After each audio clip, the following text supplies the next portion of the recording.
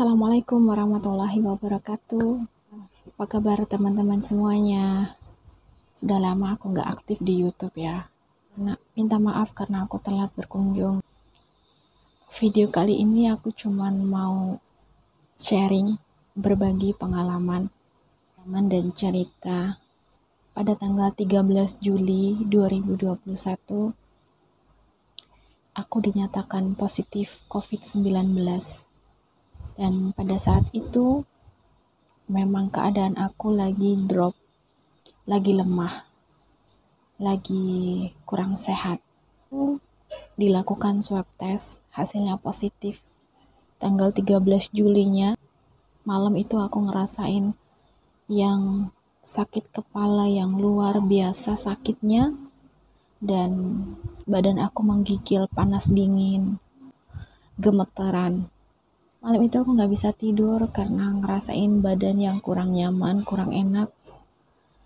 Dan paginya itu aku sempat kerja karena aku berpikir kalau aku minta libur, minta cuti, aku bakalan di kamar itu cuman tiduran aja, cuman dan ngerasain sakit gitu. Pikir aku kerja nggak apa-apalah, setidaknya saya itu ada gerak, ada aktivitas gitu. Mungkin dengan aktivitas saya melupakan rasa sakitnya.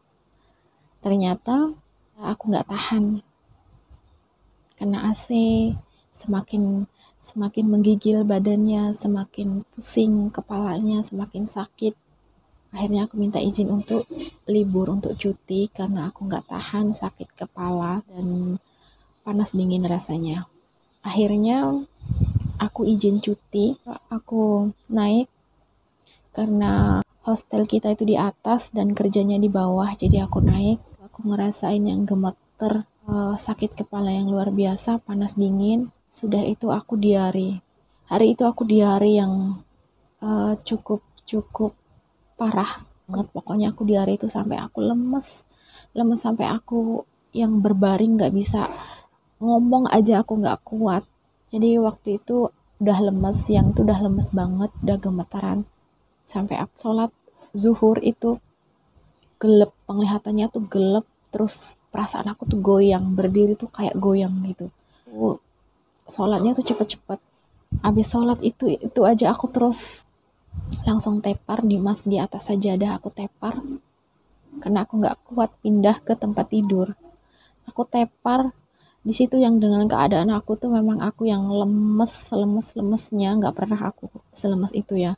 Lemes tuh karena mungkin aku udah terlalu banyak diare. Aku lemes banget pada saat itu, lo manggilin aku. Aku mau jawab sampai nggak bisa, sampai mau buka mulut itu berat banget. Jawab, dia manggilin aku dari luar, ketuk pintu kamar aku. Aku tuh mau jawab nggak mampu mau jawab. Kayak istighfar gitu, istighfar, takut ya, takut terjadi apa-apa dengan aku sendirian di kamar, nggak ada yang tahu gitu. Terus aku istighfar kan dalam hati, tapi sambil nangis, istighfaran sambil nangis. Aku ketiduran tuh ada kayak nggak sampai setengah jam, sebentar aja tuh sadar kan. Dan dapat WhatsApp dari company, dari bos, bahwa sore nanti mau diadakan swab test seluruh karyawan atau seluruh pekerjanya, mau di swab test. Aku baca WhatsApp-nya itu kayak kerasa gitu loh, kayak mikir gini, keadaan aku kayak gini, masih lemes, masih lemah, menggigil, pusing. Kalau di swab test ya udahlah, positif ya udah gitu ya kan.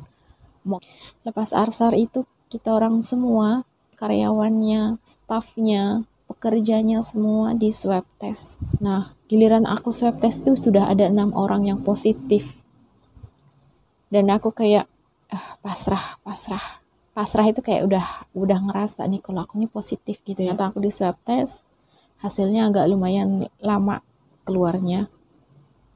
Ya udahlah, kalau positif ya udah gitu ya kan. Akhirnya hasilnya keluar dan aku dinyatakan positif. Dan pada waktu itu total semua karyawan ataupun pekerjanya yang positif itu ada 12 orang. Dan kita ada jadwal kita cek suhu sama oksigen itu 4 jam sekali, dari jam 8, jam 12, jam 12, jam 4, jam 8 lagi. Dan pada waktu karantina itu gejala yang aku alamin itu memang gejala orang yang positif hampir semua, hampir setengahnya itu aku udah ngerasain. Hari karantina pertama kita semangat olahraga, berjemur, dan karantina pun berlalu dari hari ke hari.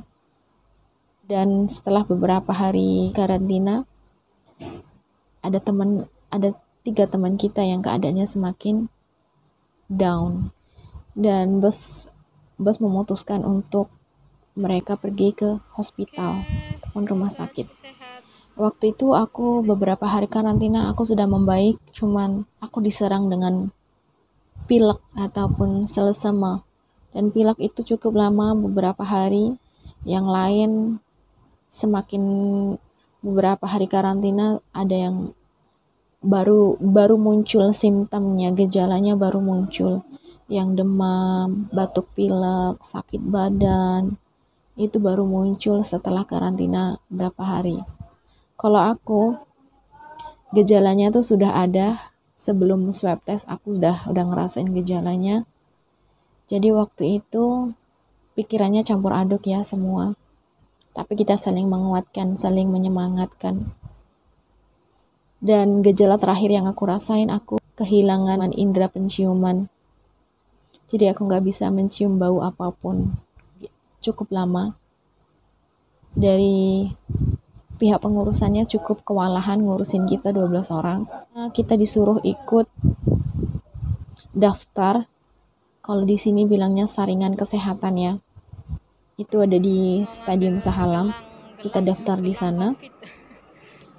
Di sana kita dicek juga suhu badan sama oksigen, semua dicek. Katanya nanti kalau misalnya ditahan, disuruh karantina di sana, jadi kamu orang bawa peralatan keperluan pribadi kamu orang, seperti baju, peralatan mandi, pakaian, peralatan sholat, suruh bawa dari rumah. Jadi kalau memang dari pihak pengurusannya bilang kita itu kena karantin di sana, jadi kita karantin di sana udah siap dengan peralatan kita. Jadi kita ke sana itu 11 orang, karena yang 1 orang udah di rumah sakit, jadi 11 orang kita kesana. Dan selama di stadium itu aku tuh deg-degan, takut, karena di sana semua itu orang yang positif. Pokoknya campur aduk rasanya. Tapi setelah dinyatakan kita pihak sana menyatakan bahwa saya cukup karantin di rumah 3 hari lagi. Jadi pada tanggal 22 Juli 2021 kita ke sana ikut program saringan kesehatan, dan mereka cuma ngasih ini gelang, dan harus balik sana tanggal 25 Juli 2021 untuk lepas gelangnya. Pada waktu aku buat video ini tanggal 25 Juli 2021. Seharusnya kita balik sana ya, karena ini hari Minggu, dan pihak pengurusan ataupun bos aku sudah telepon sana karena hari Sabtu Minggu nggak ada kendaraan.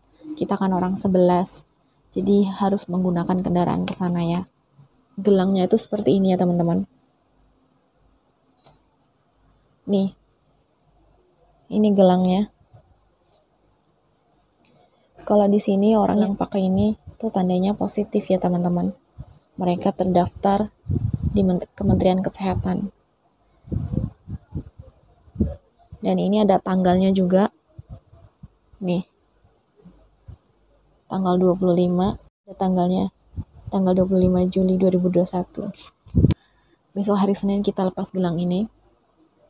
Alhamdulillahirrahmanirrahim, akhirnya aku bisa melewati semua ini. Dari doa teman-teman, terima kasih yang sudah mendoakan. Tadinya aku merahasiakan, aku gak mau diomongin kalau aku positif. Tapi alhamdulillah, besok aku lepas gelang ini, dan aku bisa dinyatakan negatif. Alhamdulillah, ya Allah. Buat orang tua gak, saudara aku semuanya,